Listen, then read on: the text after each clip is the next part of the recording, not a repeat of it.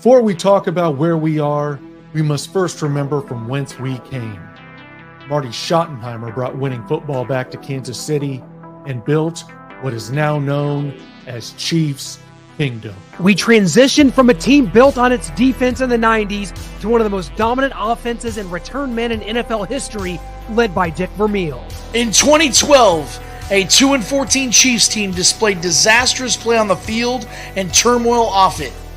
We asked to save our Chiefs, and in came Andy Reid, who immediately turned this franchise into a perennial playoff team. Then, on April 27th, 2017, the Chiefs broke free from their journeyman quarterback restraints and drafted Patrick LeVon Mahomes. In 6 years with Patrick at the helm, we're back-to-back champs and a dynasty headed towards a three-peat. We are unrelenting for this city, these players, and this team.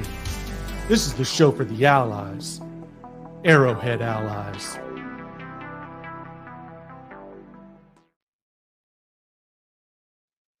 Hey, they say there's a 24-hour rule, guys, when it comes to the National Football League. The Chiefs take down the Cincinnati Bengals on Sunday, and we're just 48 hours later, and we're already moving on. We're thinking about the Atlanta Falcons because that's going to be Sunday night's opponent in Atlanta on Sunday Night Football. And with that, we're going to bring on our guest this week. He's one of the members of the Falcons Ring of Honor. He's a former LSU Tiger, one of the great centers in league history. Todd McClure, he is the host of the Snack Back with T-Mac podcast, and he joins us now. And Todd, you got us? How's it going, my friend?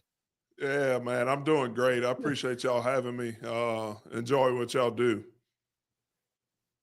Thank you so much, Todd. I mean, we can't thank you enough for coming on the show.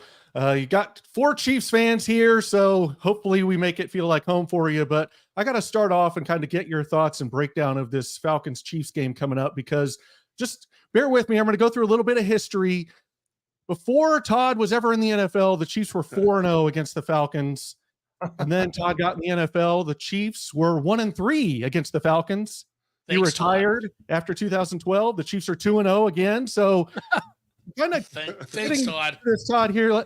How do the Falcons stand a chance to win unless you're going to come out of retirement for the Falcons on Sunday night? Because if they haven't won, they're going to have to make history. They haven't won without Todd McClure. I'm hoping they can figure it out. I can tell y'all one of my worst memories ever was at Arrowhead Stadium. Priest Holmes was the running back. Yeah, 56-0. Yeah, you were quick with that one. Dude, I'm telling you, I can remember going in at halftime, and I forget what year it was. 04. 04, okay, so that was Jim Mora. Jim Mora was Junior was my head coach. We go in the locker room, and he's like, all right, guys, let's get out of this thing healthy. Let's get ready for next week. And that was the first time and the last time I'd ever heard a coach come in and say, all right, this game is pretty much over. But that game with I believe it was Will Shields. I've never in my life seen an offensive lineman get he was either AFC, I think he was the AFC player of the week, and because Will Shields was out there leading Priest Holmes on all those great runs. And that's one of my worst memories ever. But I truly loved coming and playing in Arrowhead Stadium. It's just a unique place. And so there's my memory, my Chiefs memory for you. Yeah, that was a different era because of the fact that, if I'm not mistaken, I think all 8 touchdowns in that game were rushing touchdowns too. Yeah. So it was definitely a different time. But good to talk to you here, brother. I'm the offensive line guy here on the show. I'm the one that really believes in planting your roots in the interior aspect of things in the NFL. That's where it all starts. And I wanted to kind of talk about your career for a second here, if that's all right with you, bro. Because the thing I always notice about your career, a lot like Will Shields, obviously, is the durability factor. It says right here, man, from 2002 to 2010, you didn't miss a single start. The durability factor was huge for why you were able to play damn near 200 career games, which is an amazing feat to accomplish at the NFL level, especially at your position. I look at guys like Creed Humphrey on the Chiefs, who's a very durable guy, looks like a guy that could very well be on his way to a career very similar to yours.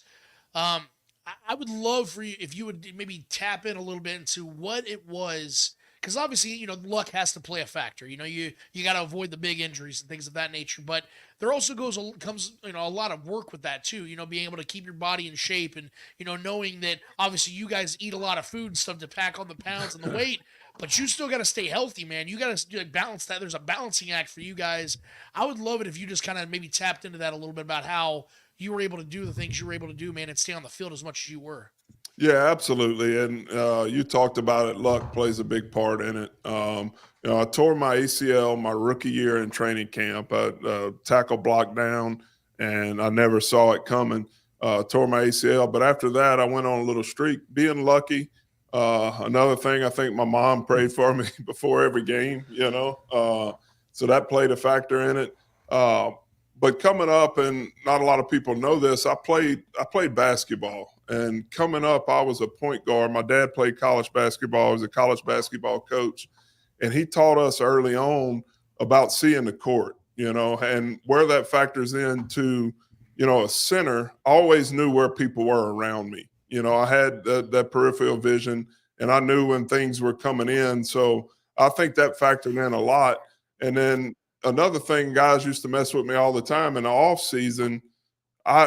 I didn't do anything in the weight room. I completely took it off. I've got a farm, a ranch. I grew up working with my grandfather with cattle, so I did a lot of manual labor. Building fences, loading hay and things like that. So it gave my body a rest from the weight room, but it kept me working. And guys never could believe how I would come back in, not touching a weight. Until it was time to report and be in good shape. So I think it was a combination of those things. And then, like I said, I think luck played a big part in it. Welcome to the show, Todd. Appreciate your time. Appreciate you being here with us. Todd, Andy Reid, throughout his entire coaching career going back to 1999 with the Philadelphia Eagles, he never started a rookie left tackle until last year when he was forced into start putting in Wanya Morris for a 5-game stretch. He was a 3rd-round draft pick. This year, the Chiefs drafted a 2nd-round draft pick at left tackle in Kingsley Suamataia. And he had a really good first game, but in his second game, he was pulled. With 5 minutes left in the game, he was pulled from the game, and the Chiefs inserted last year's 3rd-round pick, Wanya Morris. What would your advice be for Kingsley this week? Because that had to destroy his confidence. Or what can you tell us about our viewers, what he's going through and what he needs to learn? That's really tough, that left tackle position. That's why the guys that are really good make a lot of money.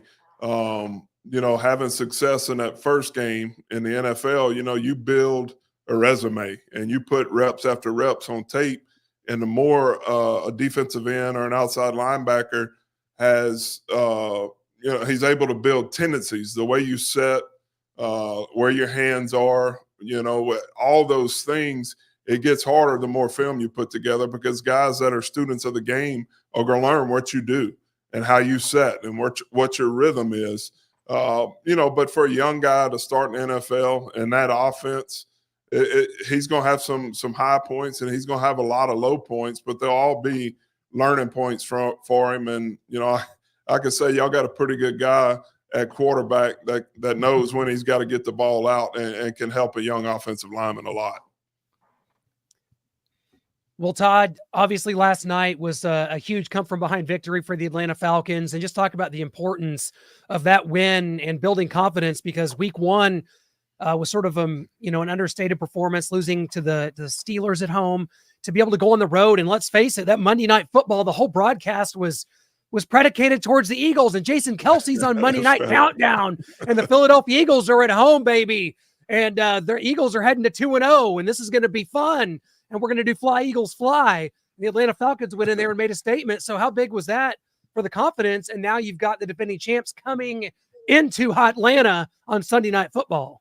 Well, I'll tell you, it was really big for the Atlanta Falcons, particularly the way week 1 went. It wasn't the way anybody wanted it to go. The preseason, there was a lot of hype behind this Falcons team. And I'll tell you, TJ Watt is a guy, y'all know he's a pretty good football player. He changed that game for the Pittsburgh Steelers. We had a hard time blocking him, and he just threw off our rhythm. Another thing that Kirk Cousins, you heard the talk about it. He wasn't happy with some things they were running out of the pistol, or so they went back under center a lot, and I think that really helped this Falcons offensive line. It really helped this Falcons offense because he was able to run that wide zone. And if you watched the game last night, the Falcons had a ton of success with that wide zone, and then it set up play action passes down the field. So for the Falcons to get that win before we have Coach Andy Reid and his crew coming in town is big, because if not, you're staring a possible 0-3 in the face, and then you're going to have the talk about Michael Penix and Kirk Cousins, and should they make the flip? So we needed that. We needed Kirk Cousins to do it in the way he did, and I'm excited about this matchup next Sunday night. Yeah, Todd, I want to talk about two elements, whether it's be the Chiefs' offensive line. We talked about Kingsley Suamataia at left tackle there. It sounds like he's going to get his starting job back, just needed some time to kind of watch some things and learn and talk over his technique and what he's doing out there. So I know Matthew Judon usually lines up over right tackle. Do you think they'll probably swing him and give him a ton of reps against Kingsley as well, him being their premier pass rusher? And then on the offensive side for the Falcons, Kyle Pitts. The Chiefs have had trouble stopping tight ends the first 2 weeks of the season, whether it be an Isaiah Likely or the plethora of Bengals tight ends that they have. So talk about those two options, whether Kyle Pitts can take advantage of the Chiefs struggling against tight ends, and then if you think Matthew Judon will face Kingsley a lot. You look, and I should have started this from the beginning. I'm Falcons through and through, but my side piece is a Kansas City Chiefs. So if I'm not watching, and I'm being serious, if I'm not watching the Falcons, I love everything Chiefs. I love Patrick Mahomes, the way he plays the game. I love Andy Reid, the way he schemes on offense. And, of course, the Kelsey brothers. I'm sure y'all have heard about them. It just everything about it. I love the way Pacheco runs, which I'm hate that he got hurt, but I'm glad he won't be playing next week against us. But what I'm getting at is I watched Chad Jones and the way y'all use him on that defensive line. He doesn't line up in the same spot every time. And I can tell you, when he lines up and you smell his breath over you, you get a little nervous as an offensive lineman, because he just can do so many things. And I think the Falcons will do the same type of thing with Judon. They'll move him around to create matchups, much like y'all do with Jones. I'm really glad you just said that, because now I'm going to ask you a Chiefs question. When it comes to this matchup, because that obviously, the tight end position is a position, like Noah was just saying, that's going to be imperative in this game. And Kyle Pitts is a guy that's probably, I imagine trying to fight for that next contract. He's been a little underwhelming to this point, but he's finally got himself a legitimate quarterback. And so this could be a matchup that he becomes a favorable piece to the equation. But I'm looking at this from the other side. The Chiefs have an offense that shows potential to be explosive. They don't have all their pieces out there. You mentioned Pacheco injured. Hollywood Brown's never gotten a chance yet in this offense. But they still have Rashee Rice, Travis Kelce, and other pieces that Patrick Mahomes can work with. Looking at this Falcons defense, I think it's very underrated. I think they've made some moves in these last couple of years, in particular this offseason, that has really shored up the secondary. And you saw the way Lou Anarumo, the DC of the Bengals, utilized, dropping everybody back and making Patrick beat them underneath. Do you imagine the Falcons are going to do the same type of exercise in this game, being in a dome? And Patrick's been so great in his career, 22 touchdowns to 3 interceptions in his career in a dome. Do you think he's going to do the same thing, or do you think that he's going to try to get some pressure on Patrick and make him make some quick decisions with the hobbled offense now without his star running back? I'll answer, because I didn't answer it in the question before. Kyle Pitts. He's a guy that if this Falcons team wants to make a real good push, he's got to get going. He didn't get a lot of targets last night, but he was big in the running game. He blocked really well on the outside. So there's some things off of that wide zone that we ran, I think, with some possible bootlegs and things like that, where we can get Kyle Pitts going. We need to get Kyle Pitts going. You talked about the Falcons defense being underrated. I'll tell you, I was really impressed the past 2 games, the way we have played. Our defensive line is really strong. our secondary, which are our safeties, Simmons and Bates, are going to be huge this week against the Chiefs because, your guys, your big tight end, Kelsey, didn't have the game that, he didn't have a great game this past week. Yeah. So I would imagine they're going to try to get him going because, over the past few years, when Kelsey goes, the Chiefs go. So I imagine that's going to be a focus for you guys, but also we got some pretty good guys that they're going to put over him. I think one of the weaker spots on our defense, and I'm not saying they're weak, but if you had to point something out, would be our linebacking core. Our D-line's really good.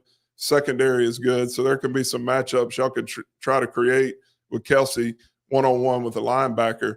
But I'm telling you, I'm excited to see this matchup with the Falcons winning on Monday Night Football. It should create a little bit of buzz. The only thing I'm worried about every time in my career when the Chiefs came into town, when the Dallas Cowboys came into town, when the Pittsburgh Steelers came into town, there were times where y'all had more fans than we did in the Georgia Dome. So, it's sad, but Atlanta's kind of a transplant city. You get people from all over the country, and when you're playing those national brands, when you got to use silent count in your own stadium, which I've been there, it's not a good thing. And y'all have built a lot of buzz over the past few years. Todd, when you looked at the contract, let's go back to last spring. When you looked at the contract Kirk Cousins received to go to Atlanta to come to be your new starting quarterback, were you shocked at all with your first-round draft selection in April? Yes. To answer your question, yes. I'll tell you, I loved when it first happened and I saw that we got Kirk Cousins. I texted a lot of people and I was really pumped. And a lot of people were like, but, he's hurt, he's injured. I love Kirk Cousins. If y'all watch the series where they followed him around for, his quarterback. I'm sure Mahomes was on it too. Right. So I'm sure you guys have watched it. Yeah. I fell in love with Kirk Cousins during that. The guy he is, the family man he is, the way he approaches his job, the game of football. So I was super pumped when we got him. Of course, hoping that he was going to be healthy, and it looks like he's getting there. He played really well. He's so precise with his passes. So when we drafted Penix, and I guess you got to look at it, if you're the general manager, you're the owner, knowing that you have an older quarterback that just had an Achilles injury, you need a backup plan. So, he's one snap away from, Penix going in or whoever, if we wouldn't have got Penix, whoever that would have been. Our quarterback play since Matt Ryan left to go to Indianapolis has been underwhelming. And I think, the front office saw that we needed to be strong in that position at our number one and our number two. And, and then it all worked out because they were able to get Judon in free agency, and they got that pass rush that everybody wanted them to go draft. I think they filled that spot with Judon. Absolutely. Well, Todd, we got you here. I'd be remiss if I didn't talk to you about a little LSU football, my friend. Of course, legendary Tiger from back in the 90s there. And LSU, I mean, a lot of people are talking, Brian Kelly is his act wearing thin down in Baton Rouge. LSU is such a brand name. You talk about 3 national championships from 3 different coaches here in the last 21 years now. So Nick Saban won it back, I guess, in 2003 to start this thing. But LSU is such a national power. What's the temperature of the LSU fan base? And what's your favorite Cajun dish on top of that? I'll tell you, the fan base is on edge, I would say. Yeah. You go into South Carolina, and if you don't come away with that win, it gets pretty dicey here. But the college game has changed, as you guys know it. The NIL has changed the outlook of college football. And I think you see why Nick Saban got out. It's completely different, and it's not like it was before. So I know I'm beating a dead horse here, but teams are different every year. You don't have guys that grow up in the program and get better. So you're trying to fill in those pieces. Our defense hadn't been great at LSU over the past couple of years, and I think they're starting to get some of those pieces together. We did some good things on offense. We got a couple this week we got UCLA, and then I think we play South Alabama. But our true test is going to be when Lane Kiffin and the Ole Miss Rebels roll into town. Mm. That atmosphere will be electric that Saturday night, but we'll get a true measure of our LSU Tigers that night. Mm. Absolutely. Real quick here, Todd, we'd be remiss if we didn't ask you for a good Tony Gonzalez story coming from Kansas City, going over to the Falcons. And then our Falcons fans excited about Taylor Swift, a possible appearance at Mercedes-Benz Stadium. Oh, come on now. All right, number one. And I'm going to go back to the other one. You asked about the Cajun dish. Oh, yeah. I love to cook. So that's right up my alley. You know, that's one of my hobbies. One of my passions is cooking. Crawfish etouffee, I guess, would be one of the favorites around, or a good jambalaya around here. We cooked one this past weekend. And then you go back to Taylor Swift. Yes, I'm going to answer yes. My daughter's a Swiftie. My wife is a Swiftie. We're actually going to the game. Our owner, Arthur Blank, is going into the Falcons Ring of Honor Sunday night. So myself, along with some of the other the Ring of Honor guys, are going to be there sitting in Arthur's suite and congratulating him on his Ring of Honor deal. So it couldn't happen better. My side piece, the Chiefs coming into town to play my Falcons. Really looking forward to it. And my wife said she's going to have binoculars to see if she can get a Tay-Tay sighting. I love it. That a good Tony Gonzalez story? Oh yes, absolutely. So Tony comes in, and you guys know it. He's he beats to a little bit different drum. The way he approaches a game, I've never seen anybody go out to practice, and sometimes you hear it, don't know if the media is building it up, but he would legit go out, and I don't know how many balls he would catch before practice, but it was a lot every day, all the time. And I guess my biggest thing with Tony, loved him as a teammate, unbelievable player, Hall of Famer, of course. But I sat on our plane rides. I can't remember if I sat right in front of Tony or he sat behind me, but he was real particular on what he liked to eat. You know, his diet, he was worried about his body. You know, and I felt bad every time, you know, they would come by with chocolates and all. I had to look and see if Tony was looking, because I'm going to grab 2 bags of peanuts, you know. We finally got him one day to taste Chick-fil-A chicken nuggets, and he was just, whatever, it's okay, you know. But he had that vegan, and he may still be the same, but we gave him a lot of heck for his diet, but loved him as a teammate, ultimate pro. Love seeing him on TV these days, but I'm glad our paths crossed. Yeah, I think last time he was on TV, he had an ascot. He's pulling out. He's getting fancy on us. That's something. So, yeah, I mean, I know you guys hated losing him. We got him at the right time, and Matt Ryan was sure happy that Tony Gonzalez showed up in his life. I can tell you that. It was for the best for Tony. So at the time, certainly. Well, Todd, it's been such a pleasure, man. Before we let you go, we got 4 of us here. We're going to hit you with our fast 4 quick ones, 4 fun ones. You give us what comes to mind. I got a good one in mind, so I'm just going to roll mine out there. I'm ready. Favorite era of Falcon uniform: Deion Sanders era, your era with like Mike Vick and that era, or the current ones as we see them now? You know, I got to go with my era, because I got, of course, I got drafted in '99. We still had the old logo with the silver pants and the black jerseys, which is a hit. All of our fans love them. And then we transitioned. I forget exactly what year it was, with the new logo. 02 maybe? Yeah, that sounds about right. But my favorite uni is when we put on the red helmets with the Falcons. That's just, I love that look. Offensive linemen, we never looked good in white. So when we wore our red helmets, we always put on the black jerseys, and I love that look. Shane, go ahead. What is your favorite Bill Goldberg story? Do you see him in the background? So I've got right up here, I've got a Goldberg autographed picture. But you know, he would come around a little bit, and we got to go watch when they came into town to wrestle. And I don't know, first thing that comes to mind is Roy D. Mercer. He was up there from your guys. I remember that.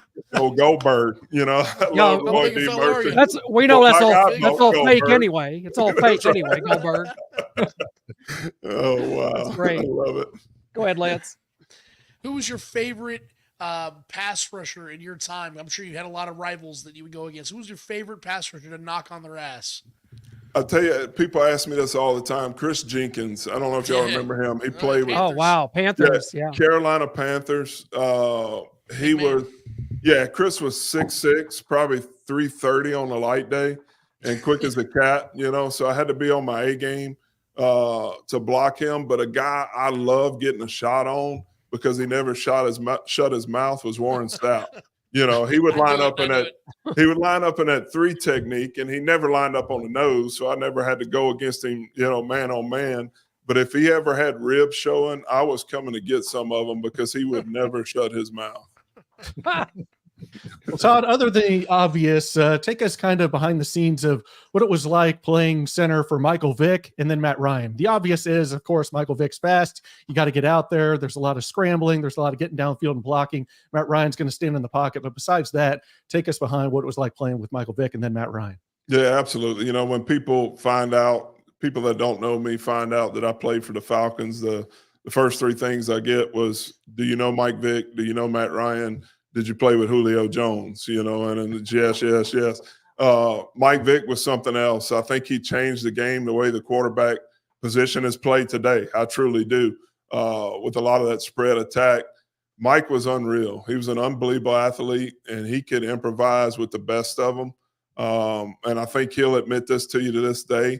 He didn't spend a lot of time in the playbook. There was a lot of times when we had check with me's at the line of scrimmage that I'm telling him what to check to and what to run because he just believed in his ability so much. And it got him so far, but I think if he could go back, he would do things a little bit different and learn the playbook a little bit better. And then Matt Ryan comes in. He's the ultimate pro. He was a guy, like I talked about earlier with Kirk Cousins, he valued his job. He valued playing the quarterback position. He was a student of the game. He did everything right. And 2 guys, 2 completely different styles, but both guys played a big part in my career and who I was as a player and allowing me to play for 14 years. 100%. Love that. Thank you so much for that, Todd. And people might be looking at your background there and being like, did he get that just for this Arrowhead Allies appearance? No, Todd has his own podcast. So he goes live at halftime of LSU games, and he's got some great interviews. We'll throw up a graphic here. He's had Matt Ryan on, and obviously halftime there of LSU games, taking you inside what he's seeing. The Snapback with T-Mac, everywhere you can find your podcast. He's on YouTube, so just search it. And Todd, tell us a little bit more about what people can expect. Yeah, the Snapback with T-Mac, we're trying to grow it a little bit. At halftimes of the LSU games, I have my youngest son comes on Madden, and we just kind of talk about football. We'll do a pregame, a halftime show, and if the outcome's good, we'll do a postgame show most of the time. Those postgame shows after a loss aren't fun at all. But I'm also at the same time we're interviewing ex-teammates, ex-guys that could be college, NFL. Guys that I was around. Next guest I'm hoping to get is a guy y'all may know of, Alan Faneca, was a Hall of Famer. Alan and I played together at LSU. So he's the next guy I'm going to have on. But I just enjoy talking football. Football is my life, much like you guys. I love breaking it down. I love dissecting it. I love playing armchair quarterback. It's so much easier over here on this side. But I just love, the game of football is my life. Atlanta Falcons, my side piece Chiefs, and I love hating the New Orleans Saints. There you go. There it is. We're on fire. What's going on? It's been a pleasure. McClure. Mad McClure's an awesome name, by the way. I just got to throw that in there. Mad McClure is a badass name, dude. Thank you. Yeah, both my boys. But you try to get something catchy. My oldest son is Maverick McClure, Mad McClure. Names that stand out a little bit. I bet that halftime show against South Carolina was a good one. Yeah. Oh man. Well, I had to do by myself. He's got mono right now. He's a junior in high school, so chasing the girls around a little bit. That's it. But yeah, it was me by myself, and it wasn't too exciting. Todd, can't thank you enough. Here's to a great win on Sunday Night Football. Let's enjoy it. The season's underway, and we can't wait. We'll have to have you back on, man, because this was awesome. Oh, hey, I appreciate it. Anytime, you guys want to have me back on, love talking football. Great. I appreciate y'all reaching out. Absolutely. We'll Todd. definitely do it again. Absolute honor. Take care, my friend. Thank y'all. Yep. Cool dude. Cool dude. Absolutely, man. Can't thank Todd enough for being gracious enough to spend some time with us, talking Falcons, breaking down the game, taking us behind the scenes, talking some old teams, old players. But guys, we got to get into this Bengals game because the scores didn't quite do it justice. So I had it a 10-point game. It's a 1-point game. They're always close. I should have known better, but man, Xavier Worthy, Travis Kelce, where were you? Lou Anarumo just knows how to play against the Chiefs, and Patrick Mahomes did not have a good one out there on Sunday. Yeah, Clint nearly predicted it. Clint predicted and then he, at the very end, he went back, and I called him bipolar Clint. But damn it, Clint, I kept thinking before that game ended, Clint man knew something. Go ahead, buddy. And you're right. Bipolarity is sort of what you are. And guys, there's a deeper issue here. We can take a look at this game and the Chiefs, beating the Bengals for a third straight time, and the importance of that, and the importance of starting 2-0 against the schedule that was so daunting to start the season. Bengals and Ravens, we know they could be right there. They're both 0-2 right now. You've basically got a 3-game lead on these two teams. But guys, there's a deeper issue here as a Chiefs fan. And it's something that really settled into me, into my soul on Sunday, as Harrison Butker's kick went through the uprights as we knew it would. And this is a credit to the Kansas City Chiefs. This is the ultimate compliment. The hunger is gone from this fan base, from me, from my heart. What it merely is I am a crack addict that is being fed my daily bump just to get me by. It's about the relief of not losing, because in the last 2 to 3 seasons, dating back to 2022, probably, the losses are hurting worse than the wins feel good. I'm walking away with complete relief. I didn't run around screaming like a madman. I did in the Super Bowl. Don't get me wrong, but it's become a relief, merely my next fix to get to the next game. And that is a testament to the 3-time Super Bowl champion Kansas City Chiefs, where you win this insane back and forth game against the Cincinnati Bengals, and you merely feel relief and you go, oh, thank goodness that wasn't a disastrous loss. And you kind of move on. Guys, am I wrong? Am I an outlier here? No, your point. Go ahead, Lynn. Okay, what I was going to say is this. Well said, Clint. My point is this. We're here to break down games, and I know what you mean about how we feel, but I want to go back to what Justin Reed told us in July. He said the hardest thing last year was to repeat, because you're getting every team's best shot, because we were the world champions. Now the Chiefs are the 2-time world champions. And we just saw the Ravens and the Bengals, what they brought to us. My concern specifically about this game is, what's his name? Louis Amarillo? Louis Anarumo. Amarumo. Yes, the Bengals defensive coordinator. He wasn't afraid to put 2 safeties back and have the Chiefs just run the football. And when the Chiefs were down 3-0, we went on that long 15-play, 9.5-minute drive, got all the way down to 4th and goal to 1, and we settled for a field goal. Right then, I felt demoralized, because that's what the Bengals want. We want you to have the ball as long as you can and settle for a field goal. Now we're sitting there 3-3. That is what the Bengals want, and the Chiefs played into their hand. And Andy Reid, you can't tell me Andy Reid doesn't have a play to dial up on 4th and goal to 1. And in my opinion, we never really got over that. Yes, we had the long pass to Rashee Rice. Sweet. But Kelce had 1 catch for 5 yards. I'm concerned, and Harvey Williams and I talked about it in the post game about that, and I thought, well, maybe I'm just being too harsh, because we do our post game immediately after the show. I'll go back and watch the game again. I felt even worse watching it a second time. Nick Bolton's getting exposed by tight ends. Lance, that's my take. What do you have to say about this game? Well, let me first of all address what Clint said, because Clint, I'm going to tell you right now, bro, you are 100% on the money. And I'll tell you why you are.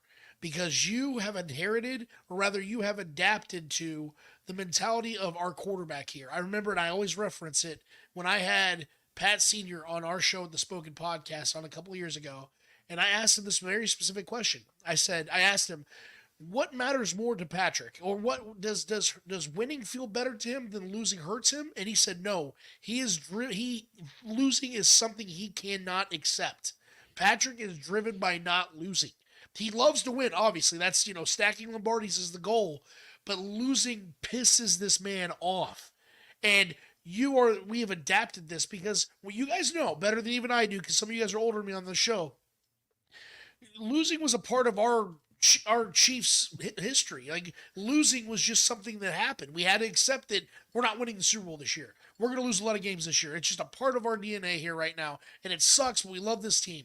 Now, losing is such a rare thing to occur, so it's such a rare occasion that it almost confuses you, because you're like, wait a second, we always come back. There's always a 10-point deficit, but we find a way. When they don't find a way, it sits and it bothers us the entire week, sometimes the entire season. Yes. We still talk about the Colts game of 2022. Like, that game still pisses me off. Oh God, I was there. Yeah, so there's so few of them in the Mahomes era that it sits with us, and you don't think that does the same thing to Patrick? That's why losing to this team would be something that he could not accept, because you guys remember when he got heel-toe tackled in Cincinnati the last time they lost to him, 27-24 in the regular season, that game that Justin Reed ran his mouth. Patrick Mahomes was F-bombing in the locker room, because he knows how much this game matters, because this is the last team to keep him from getting to the Super Bowl. Mm-hmm. So this is a personal affair to him. And you saw him press in this game, making some really bad decisions, throwing right to that linebacker in a clean pocket. That's not like Patrick to do that. So this team, unfortunately, gets the Chiefs out of their character, which is where Shane is 100% correct. This is, for whatever reason, a matchup that the Chiefs just play sloppy football in, and it's credit to Lou Anarumo for the way he makes Patrick have to pace himself and run the ball and play old school football. It is a genius way to play him. Not everyone can do it, because not everyone has the dogs that Lou does or has the genius that Lou does, but you see it every single time these teams play. That is why every single time these teams play, it comes down to the final drive, and no matter who has the ball, that team usually wins. So yeah, man, it was a very frustrating win, but it is a win nevertheless, and we have to accept it, and they have to take notes and learn from this win, because it's better to learn from a win than an L, if we're being honest. Absolutely. And something else that pisses Mahomes off, not just losses, but sloppy offense, like Lance was just talking about there. This is from Breakfast Ball on FS1. Mahomes' fewest passing yards of his career when he finished an entire game, 151. Kelsey, 1 catch. I mean, what are we doing here? Passing, first down, 7, third down percentage, 12.5. I mean, Patrick Mahomes is going to come out like gangbusters in this Falcons game. You talked about what the Bengals do. Everyone's saying, well, why doesn't everyone just play like that? Why doesn't everyone adopt the Bengals philosophy, what Lou Anarumo does? Like Lance said, you got to have the dogs. You got to have 4 guys, 4 down linemen that can win and win early and cause early pressure to unsettle things in the backfield for Mahomes. And then you got to have the back 7 that can lock on and stay with guys. And the Bengals have that in pieces. Cam Taylor-Britt got burnt by Rashee Rice, but then had a great interception against Xavier Worthy, who didn't quite stack him, get completely in front of Cam Taylor-Britt. He allowed Cam Taylor-Britt to stay on his hip, and so that allowed him to make that play, a beautiful one-handed interception, unfortunately. But yeah, I mean, Patrick Mahomes, you hate seeing this over and over again against the Bengals. Lou Anarumo, hopefully if we see him again, he has something special for him dialed up, or maybe Andy Reid and Patrick can just stay patient and stay with the run game and not get too focused on, okay, we got these weapons. We love passing the ball. Let's get Mahomes' numbers and try to do too much in the passing game. But guys, is it just me, or do you look at this and say it's almost impossible to concoct a scenario, say back in July or early August, that this team's 2-0 through the first 2, and we're sitting here going, I don't know. But we're kind of flirting with that line here. And Noah, you talked about, why are these numbers so low? Well, you turn the ball over 3 times and you rush for 100 yards on the ground, and that's going to add up to Patrick Mahomes having his worst passing day since week 7 of 2019. I think that all comes into play in addition to the Bengals game plan. But going forward, you've got to look at this Atlanta Falcons game as another one that we know what this is. We know where we're at now. There's nobody on this show, I don't think, is going to be picking 17 and 10-point wins anymore. You're going to have to win these games 24-20. That's where we're at. That's what this team is right now. Noah, you maybe. I don't Yes, know. no. With some teams, maybe the Falcons, we might be able to get a nice 10-point win. I'm still mulling over my predictions. No. Forward. Sure. Or Shane's potential playoff team, the Carolina Panthers, perhaps. Right. Yeah, they're Oh, really now with living Andy up to Dalton, that. maybe so. I mean, I think the only way that we're looking at a double-digit victory on the road, and let me just say this, by the way, I actually love when the Chiefs are on the road. 'Cause Me for too. some reason, Yes. they seem to be more focused, more business-driven. At home, they like to show out and show off. It's just a weird thing at Arrowhead. I don't understand it, but that's just how it is. But I think the only way that happens in this game in particular is if they do force a couple early turnovers from Kirk Cousins, getting some pressure on him, strip sack, maybe a fumble recovery, an interception. Wouldn't Don't that be mention amazing? interception. Wouldn't Don't that mention- be amazing to that see? doesn't happen. It just doesn't happen for whatever reason. So no, that's the only way. But here's and it's exactly what Noah talked about with Todd about the tight end position, because that is something we have to start paying attention to, because the Chiefs linebackers are getting cooked right now, guys. Yep. And I said that after the Ravens game on this show and my show. I said, the rest of the NFL watched that game and said, Lamar Jackson with those weapons just cooked them. With their tight end, the rest of the league, where the tight end position is starting to evolve into a more like pass position, a catch position. The rest of the league's like, all right, we play the Chiefs, we got to do that. And so I have to imagine with Kyle Pitts and the desperation trying to get paid, Kirk Cousins, catching some momentum with his weapons. I have to imagine that's where the Falcons are going to try to attack the Chiefs early and often. Mm-hmm. Right. And Nick Bolton, there's too much bad film on Nick Bolton in 2 games. I don't remember in his first 2-3 years in the league that he was just down the field, not being able to cover guys. I mean, I like Nick Bolton closer to the line of scrimmage. I do not like him down the field on coverages, because he's just been getting burnt, as Lance said, and as we all know, by tight ends the first 2 games of the season. Yeah, maybe part of that is rust and playing the preseason, dealing with this injury. So maybe coming back from that, getting his feet wet, maybe he gets better as the season goes on, as kind of the entire defense does under Steve Spagnuolo. They get better as the season wears on. Hopefully that's the same case for the individual of Nick Bolton. Let's talk about what happened at the end of this game, and just the penalty with Jamar Chase, thinking Trent McDuffie gave him a hip drop tackle when he just tackled him by his shoulders. The referee, Alex Kemp, said, "I'm not going to repeat to you what he said, but there was no interpretation with the language that he used, just abusive language." And then this is Dejon Anthony in the film room watching his pass interference. Did I do that? That was pretty good. Thank you. And Lance, you talked about this last week with Solomon Wilcots, did you not? About there's just some weird aura around the Cincinnati Bengals. The way this behavior played out, I wound up seeing, having myself feeling sorry for Joe Burrow on the sidelines, who was looking very Kevin McAllister-ish down there as he's being left home for Christmas in New York City.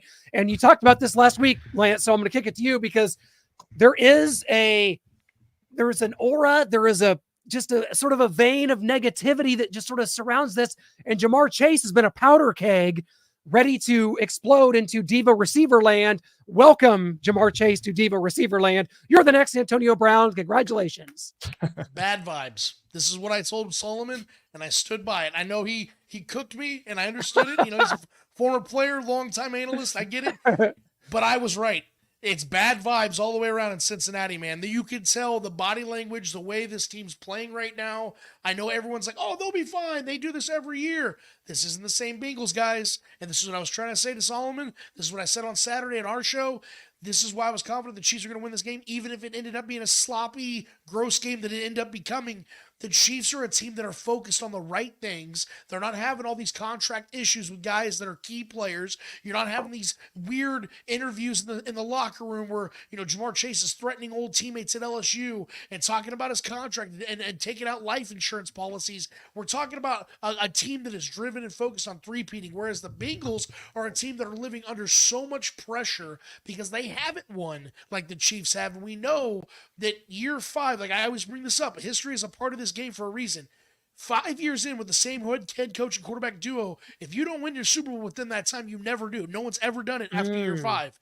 And this is the 5th year with Burrow and Zach Taylor. And I'm telling you, this team feels the pressure. I'm not saying they're looking at that going, all right, It's the 5th year. We got to do it now. But you know the way that the NFL, where there's constant movement on your constant rotation and influx with your rosters, and guys get older, guys leave. T. Higgins is hurt. Tyler Boyd's gone. Your defense isn't as great as it once was. Joe Burrow's hurt. Jamar Chase is pissed. Is he going to stay? Is he going to go? What's going to go on?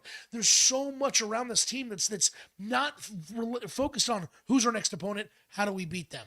They're so lucky they have Lou Anarumo, because if they didn't, they would have got destroyed in this game, even if the Chiefs did have those 3 turnovers. Like, it was that bad. You could tell from the offense side that Jamar Chase isn't focused on winning games. He says he hates losing, but I think he hates the fact that he isn't getting the money he thinks he deserves with 2 years left on his deal. And Joe Burrow and him, although are great friends, you could tell Joe's sick of it as well. And Joe's got his own body language problems to deal with. So it's so bad in Bingo Land. They're sitting here still talking about penalties that were legit.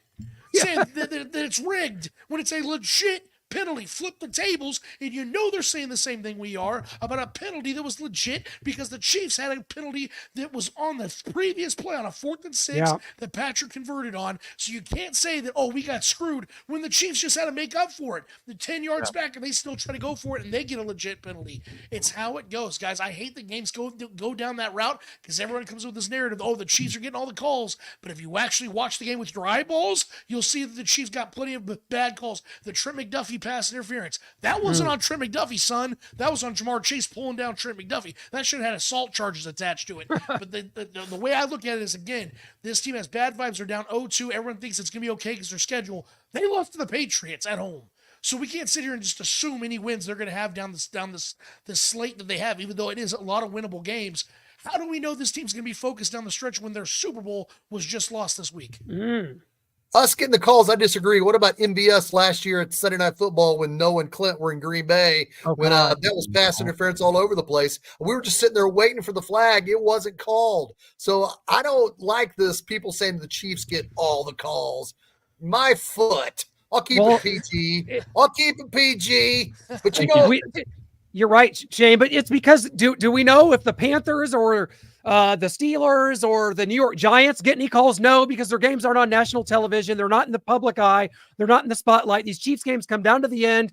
And what does America want to see? There was 28 million viewers, the biggest number that CBS had in this slot since 1998. And what did probably 3/4 of those viewers want to see, Shane? They wanted to see an upset. The Chiefs don't complete it this time. The Bengals win. The Chiefs lose at home. So you're right. That's what they wanted to see, right? And I love it. And I love it. Yes, it was an ugly win. And yes, we go back and we dissect it because that's what we do here. We can't just say, oh, well, it was an ugly win. On to the next game. We will get to the next game. But it's our job here to break it down. And the question I want to have for you to Noah and Clint, because you've watched, and I brought this up, Nick Bolton. Was Nick Bolton a liability in coverage with the MU Tigers? How was he? That's a tough question. He was not asked to do it as much. Missouri plays more of like a 3-3-5 at the college level, which is just a different usage. I mean, Nick Bolton, like you said, was up on the line of scrimmage. He did have what was considered like one of the highlight plays of his career was this hit he had on Juwan Jennings of the Tennessee Volunteers, now the San Francisco 49ers, where he came up and nearly caused a safety on a slant. So he clearly was in coverage on that play, and he snuffed it out and did a great job. He was just what Nick has always been to me, is the most instinctual player that I've ever seen at the University of Missouri is at that position. And so what the Chiefs were getting was an instinctual player that, when, put in the correct place, is going to make plays for you. We saw it in 2022, flipping Super Bowl 57 on his head, taking a Jalen Hurts fumble to the house when the Chiefs were about to go down 14 points or at least 10. And so, Noah, I think you would agree that whatever the case, maybe it's the loss of Willie Gay that's exposing this a little more. And I thought that Drew Tranquill had a rough outing as well on Sunday. So is Leo Chenal this team's best linebacker? I don't know right now. I don't know. I haven't liked him in coverage coming into this season, but he's improving and showing me more this season than he has, at least in the coverage. I always knew he could play the run. I always knew he could come off the edge and get after the quarterback. My questions were in coverage, but he seems to be the best linebacker in coverage out of Drew and Nick, which I didn't see coming. But coming into Clint talked about at Mizzou, coming into the draft process, I know Nick Bolton, everyone was talking that he was going to be a liability in coverage. That was his thing. He's a thumper. He's downhill. He can attack in the run game. but in coverage that he was going to be a liability. And going back to Lance's thing on the vibes, Solomon Wilcott's one thing he did get right is Andre Yoshivas. Man, Oh did. my Their goodness. receiver, he said, watch out for him, and he came up big. But specifically on the vibes, there was a time when Joe Burrow touched Jamar Chase. I think it was after the penalty. He was trying to calm him down, and Jamar knocked his arm off him, saying, like, get off me. And so that's the vibes that Lance is talking about that I think we all noticed before this game when we brought up to Solomon, and he didn't really want to hear it and thinks that everything's going to be hunky-dory there, which it might be if T. Higgins comes back and Lou Anaromo can come up with great defensive schemes for all these other teams coming up and Andy Dalton coming up. But we've got this here, Kingsley Suamataia. They gave me the challenge to be the left tackle of this team, and I need to take it upon myself even harder. None of that should have happened in the first place. Bad technique in those reps, definitely stuff I can work on.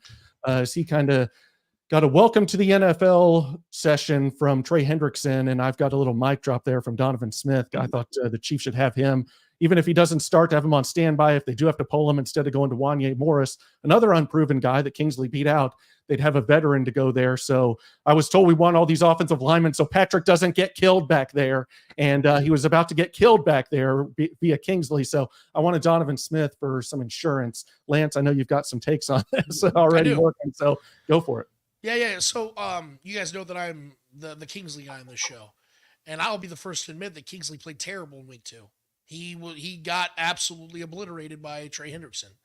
And you guys remember when we talked to Solomon Wilcott's last week, the first thing I mentioned him when I came to this matchup, and what I said to be the one thing that could get the Bengals a victory on this week is Trey Hendrickson showing a rookie how it's done. And that is exactly what Trey Hendrickson did. And so I give credit to Trey Hendrickson, and I say that Kingsley had a hard lesson to learn in this one. And yes, the Chiefs did pull him. And Shaggy, I know you referenced earlier that maybe that shoots his confidence a little bit. You know, I actually kind of look at it a little bit differently because I think Andy Reid, being a guy who understands the offensive line so well, being a former player himself at guard and coaching it for so long, I think he did that to get him refocused for the rest of the season, because this team clearly believes in Kingsley. They gave him the upper hand throughout training camp, preseason. It never really felt like there was much competition. I have to believe this team would have done something a little different, like, say, bring Donovan Smith in, a veteran they trust and like and have won with, if they didn't think Kingsley was going to be a guy that was going to grow through the pain. And I think that you're seeing Kingsley right now in the pain. He's in the time right now, because let's give Kingsley some credit here, okay, guys? His first 2 games and who he faced is about as tough as it gets for a left tackle in the early stages of their career, no matter who you are. So that was he went through fire these first 2 weeks. Because if we saw these defenses over the last 3 years, we know Ravens and Bengals like to get after quarterbacks. So this was a tough test. I don't think he played great, but I have not wavered one iota on Kingsley Suamataia. I truly do believe this is the left tackle for this season and for the seasons to come, because of the galvanization that is going to come through these hard lessons. We saw, and I know it's a different position, but a couple of years ago when Joshua Williams and Jalen Watson came into this league, and they were playing important minutes as rookies. Remember the historics of how the Chiefs played all these rookies on the defensive side, and we saw Spags lining up Joshua Williams one-on-one with Steph Diggs in big games early in the season, and I was getting pissed off because it cost the Chiefs a game when Steph blew right by him and scored a touchdown that was the deciding factor of the game. And I went on other shows and I was all pissed off, and I had people telling me, Lance, this is how you galvanize young players. I heard this from former players. My buddy Jason Dunn told me this. This is how you galvanize young players. And what happened later that year? The Chiefs had these same guys in those same positions, and they succeeded. They picked Joe Burrow off twice in the AFC Championship. Josh Williams was one of them. He galvanized from that situation. So I am going to give the faith that Kingsley Suamataia, under the tutelage of Andy Heck and Andy Reid, is going to get this down now. It's going to suck right now. We're all focusing on him like, damn, man, he doesn't look good.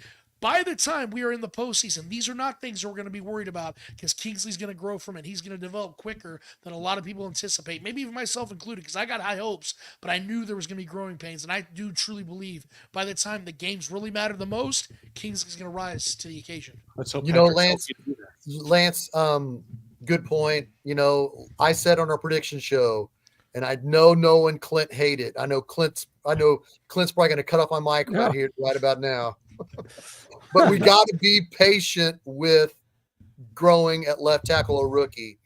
Bill Moss and John Alt were our 2 number 1 draft picks in 1984. John Alt didn't play right away. Then years and years went by, but John Alt, once he started playing, he was there for a long term.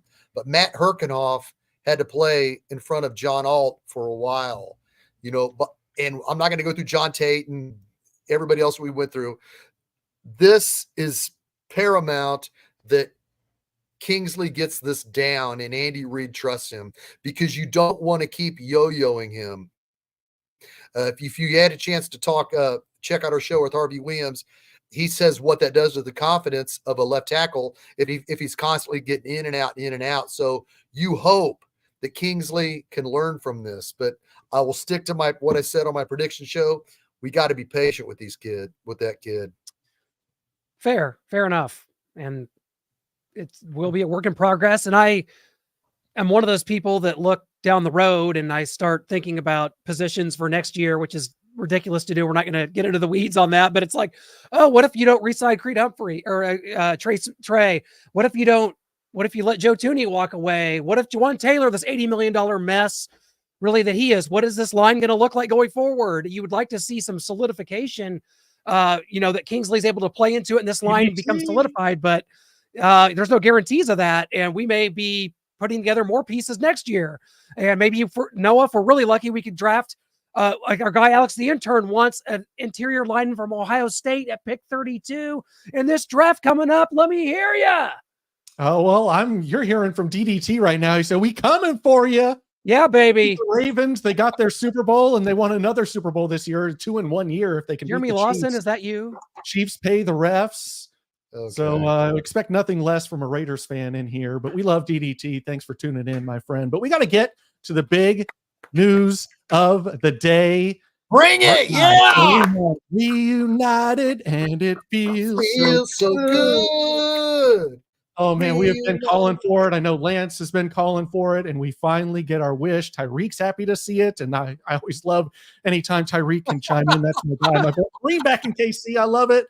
If only Tyreek was here as well. But Pacheco going to be out 6 to 8 weeks with a fractured fibula, and so in comes our man. He's on the practice squad right now. Got to get in condition. Got to get back in shape. He's been off a long time, but. Man, Kareem Hunt is back. Lance, I'll go to you first, and then Clint. Let's celebrate. Yeah. Well, let me first say that yes, this has been a long time coming. I never gave up hope. There was a lot of people who said, "Lance, give it up. Kareem's never coming back. The Chiefs are done with them. This and this, all these excuses." And I never gave up because I knew how much sense he made for this team, and I will forever die on the hill that if he would have stayed here this entire time, I do believe production-wise he would be the best running back in Chiefs history. Yes. We saw 11 games in 2018 with Patrick Mahomes as his quarterback. He had over 1,200 total yards and 14 freaking touchdowns. This dude was an absolute animal in this offense. I still believe it was Bill Belichick that gave the TMZ the video because he didn't want to face that guy again because of what he did to them on national television. I will forever die on that hill. But what I will say about that, I'm gonna be the sobering guy here real quick, and maybe you guys have some thoughts on this take, but I kind of alluded to Shaggy about this earlier today when we got the news. But I gotta call the Chiefs out on this. I'm very happy that he's back. But see, you go back to the beginning of this whole situation, and the reason that the Chiefs cut Kareem Hunt in the beginning wasn't because of what was in the video. It was because he lied to them. Yep. So it was a moral standpoint that the Chiefs took. And they said, we understand you can continue to play football, but you're not going to play with us. And for years, that has been the excuse that everyone has used against me and other people like you guys that have wanted him to come back because we knew how good he was. But everybody said, nope, Chiefs, they stand on higher ground than that. They won't allow that to come back. And now Isaiah Pacheco is hurt. And now all of a sudden, morals don't seem to really matter. Because now at 29 years old... Now, that's my question, because here we are now when it's a desperate need. All of a sudden, it's okay to bring the guy back that you cut for lying. So I find it kind of mesmerizing to me, and honestly, kind of sad because that means that all along he could have played his part in this offense. He could have Right. played a part of this dynasty, but you guys chose to hold the moral ground until moral grounds don't really matter. I just find that very contradicting, very hypocritical. I'm happy he's back, but it's very bittersweet because we lost 6 years of a guy that should have been here all along. You could have suspended him if you said, hey, this lie matters to us. We don't like that you lied to us. You're suspended. We're not cutting you. We're suspending you. And you could have kept going with this guy on your team because you brought him back anyway. To me, it just does not make any sense at all how the Chiefs handled this over a 6-year stretch. But maybe that's just me. No, Lance, the court of public opinion wanted blood immediately when that video came out and the Chiefs were made fools of. He lied. We've all been in relationships. Who gives a crap about lying? You've got Rashee Rice at 126 miles an hour on the highway. He's playing football this Sunday. The Chiefs seem to pick and choose when this matters. And I'll tell you this much, dating back to the Super Bowl weekend of 2022, that was the Rams and Bengals Super Bowl where we were in that picture with Kareem Hunt. We talked to him and we said, Kareem, we want you back at Kansas City. We need you back at Kansas City. And he said, absolutely. He wants to be here. That was 2.5 seasons ago. Like you said, Lance, this should have happened a long time ago. He was signing 1-year deals. He was never the featured guy in Cleveland because of the success Nick Chubb was having. So my question, Noah, I guess I'll go to you here because at 29, the same age as our budding backup Samaje Perine, is it too little too late for the high level production that we're going to need from Kareem, the Dream? Well, I mean, I think you're going to get better than you would if you just went to Perine and Steele or one of those guys or running back by committee. I don't think you're getting the same player, obviously. He's dealt with some injuries. He's been behind Chubb, but so I don't think he's just going to step right in and be the same old Kareem Hunt he was. But I do think you're going to see an elevated mix of the running back in the passing game and a running back that could be there all 3 downs, your first down, your second down. He can line up wide and play a receiver role. I mean, this guy can really do it all, and he still has enough in the tank being behind Nick Chubb and not taking the punishment of a feature back all those years that he's still got enough in the tank. He's not going to be the same old Kareem Hunt, but he's going to be better than what we have. And just to go back on this moral issue for the Chiefs, that is bullshit. Whoa! My mom's watching. Ooh, Oh, baby. Noah! That is Team bullshit. team I said it from day team. one. It's because a young kid that came in this league lied to Clark Hunt's face, and Clark Hunt wasn't going to put up with it. That's the only reason he's gone. The Chiefs brought in Damon Arnett, who from the Raiders when they cut him. And why did the Raiders cut him? The Raiders cut him because he's waving AK-47s into a phone, screaming at a fan saying, come meet me. Come meet me. And we will deal with this like men, waving guns around. And the Chiefs say, you know what? I want you. You former first-round pick, Brett Veach said, you have talent. Come to my community in Kansas City. Come to Chiefs Kingdom. Wave those guns around because we need talent at corner. But we can't bring Kareem Hunt here. I am sorry. That is bullshit. They're doing it because they're stuck. They're between a rock and a hard place, and they're finally swallowing their pride and bringing him back. And it's all because of Clark Hunt not letting a young kid lie to his face. That's the only reason he was gone. Go Amen. Nitro. Preach it. You Go can't go, Nitro. there's nowhere to go from there. That was so perfect. I mean, Noah, you Nitro. nailed it, buddy. I That's bow right. down. Question on TikTok. As a PG-13 Pacheco fantasy now. owner, guys, which running back am I picking up in fantasy? I would say Kareem Hunt. If you're going after running back to fill in for Pacheco, I think he's Well, your man. I want to say, epic, Noah. Thank you for bringing the show to PG-13. Epic. Everybody keeping it real. People ask, hey, Shane, what do you like best about Starcade Media? The real. And they showed it tonight. But let's look ahead, okay? Let's look ahead right now. I have, from a reliable source, know that the Chiefs called Kareem Hunt Sunday night, and I'm willing to stick with that. So this was in motion before Monday. So we're here now. Let's look ahead. How long will he have to be on the practice squad until he comes in? Do you think he'll play against the Falcons, or do you think they'll wait till the Chargers week 4? 1 week. Yeah, Chargers game. They're going to get him ready, get him in the playbook, and just get him conditioned. Get him a new number. Will it be 0? Yeah, there's not a lot of good numbers available. 45. 26 Is he or Rudy out 29? there? Michael Jordan when he came back. 26 or 29, I'm guessing. 0. Let me ask you a real quick question on this, guys, before we have to move on, because I know we have to. But who would you say has been the best veteran, reliable running back the Chiefs had over the last 3 years? The last 3. Jarek McKinnon. Jarrett McKinnon is sitting there. How old was He's- Jerick McKinnon when he came to the Chiefs? About your age. Now he's about our age, Lance. So we got some issues. He was 20. He was 29 years old when he came to the Chiefs in 2021. You're right. And who's been? Let's be real. Who's the better overall player in their career, Jerick McKinnon or Kareem Hunt? Because we both know, we all four know, that Jerick McKinnon, before he came to Kansas City, was an injury-prone player that was a journeyman, a failed experiment in a lot of places, and then he shined in this offense because he got an opportunity to catch passes on the dump-off screens and create plays with his feet. Kareem Hunt is a absolute, like Noah just alluded to it. He is so good at lining up as a receiver, as a 3-down back, bigger, stronger, more physical back than Jerick McKinnon could have ever dreamed of. And you saw how productive Jerick was in regular season and postseason games. I'm telling you right now, guys, I'm not trying to hype it up too much, but I agree with Noah 100% that there is plenty left in the tank because he was not getting shredded in Cleveland and with all the usage. That was Nick Chubb. He was getting the majority of those carries, guys. He was the one that was getting all the bulk. You look at Kareem Hunt, he's as fresh as it gets, guys, when it comes to whatever he has left in the tank. And I think that he's going to, the motivation of being back in Kansas City, because you remember that heartbreaking video we saw when he got pulled over in Cleveland after he was released by the Chiefs. He's like, man, I should be playing in the Super Bowl right now. He's talking to that cop, and that cop's like empathizing with him. You know, all these years, Kareem's been waiting for this opportunity again. You know he's wanted. He's been waiting to get his second chance. He's got it. So even though he's older now, I do believe whatever he has left in the tank, he is going to utilize to the absolute extent of his abilities. And I think the best version of Kareem Hunt that's left is the best version we're going to get.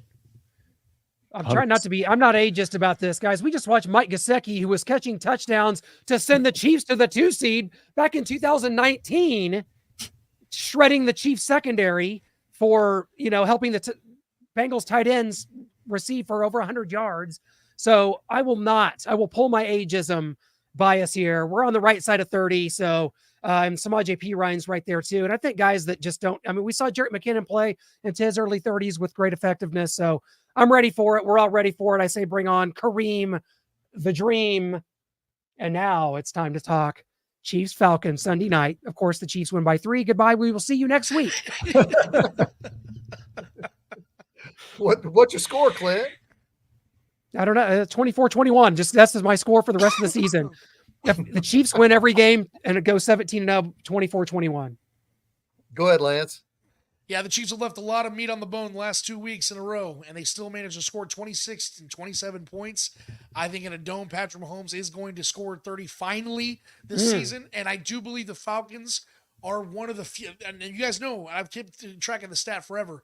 Spagnuolo has not, he's 38 of their last 39 games. They've allowed 30 points one time.